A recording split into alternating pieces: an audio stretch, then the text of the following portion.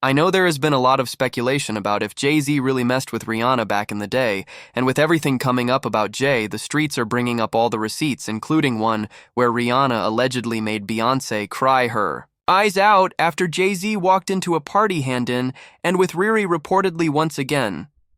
So is the one who helped Beyoncé through that very embarrassing and devastating moment, Child. We are going to be talking about all that, and once and for all, cover the basis about what really happened between Rihanna and Jay-Z. So, you better get seated, okay? For starters, we all know that Beyonce was the first one in the industry, and when Rihanna joined after her hit upon the replay, she signed to Jay-Z's record label. Of course, R also got to interact with Beyoncé in the process. And in the beginning, Rihanna was actually singing Beyoncé's praises, and she said a few times that she looked up to Fan of Beyonce. I love her.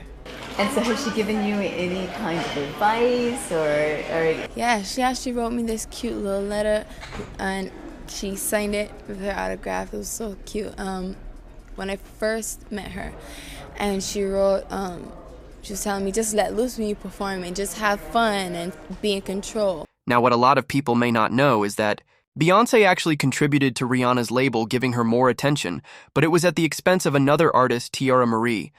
I know this because in an excerpt from his memoir, Sing to Me My Story of Making Music, Finding Magic and Searching for Who's Next, L.A. Reid wrote that when he first met Rihanna, he had just laid eyes on her in the hallway and he didn't know she was a singer or anything, like she was just a pretty girl standing outside somebody's office, but Jay-Z had already heard Rihanna sing, so he pushed hard for her to be signed.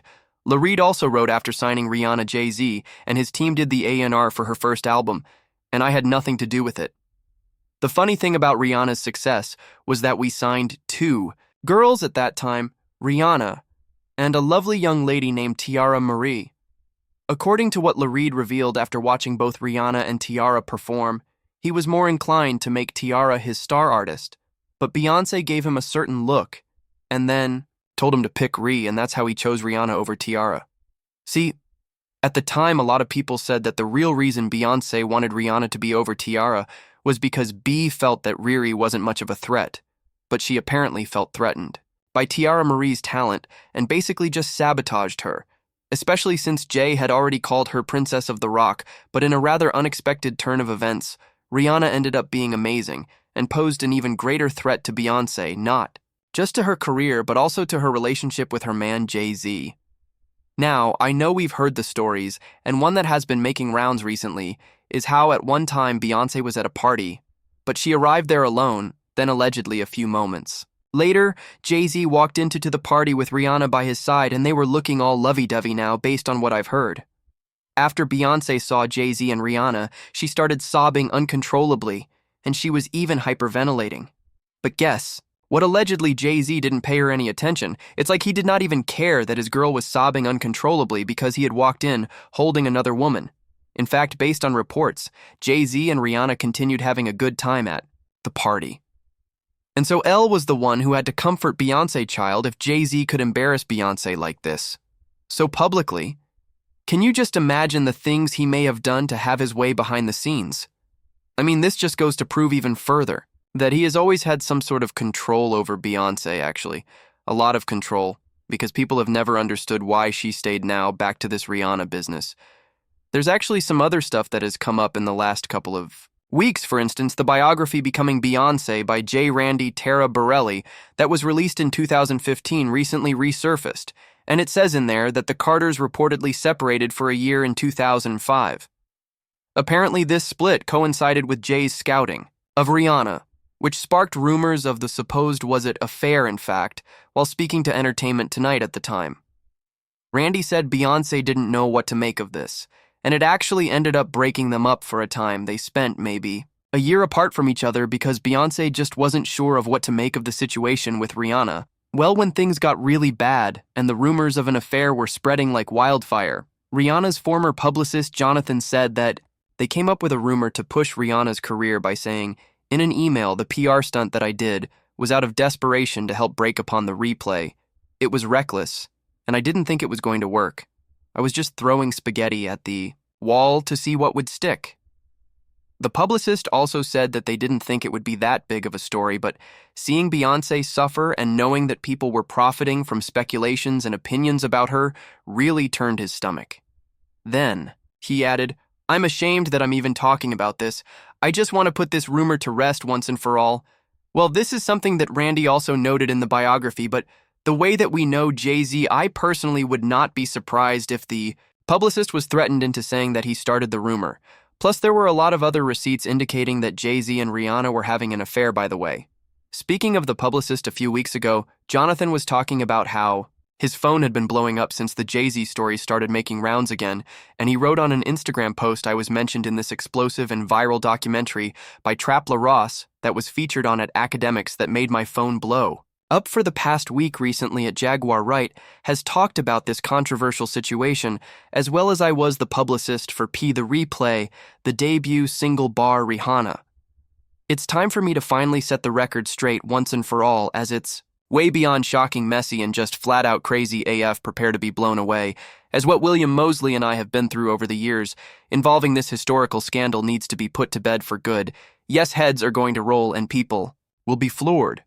But the truth needs to be revealed then.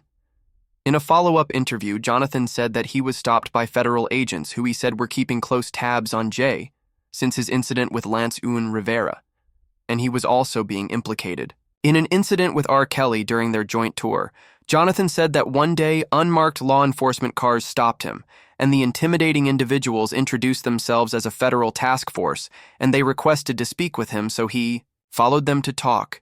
And he was in a complete saint of panic.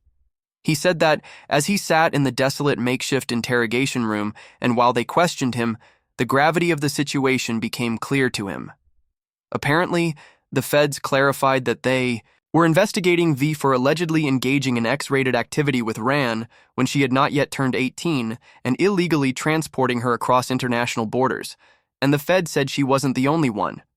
There were many others. Again, this only goes to prove that there was possibly something going on between Jay-Z and Rihanna, and maybe even illegal stuff, but you want to know what really got me?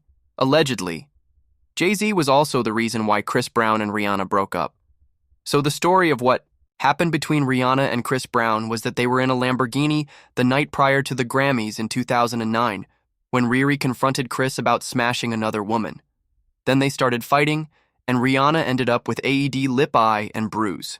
Her face, according to what Chris said, Rihanna grabbed his crotch while she was trying to get his phone off him, and in retaliation he also bit her, and did what he did next. He then said that Rihanna got out of the car and started to scream, "Help. He's trying to unalive me," and he was like, "Stop, we're going to get in trouble."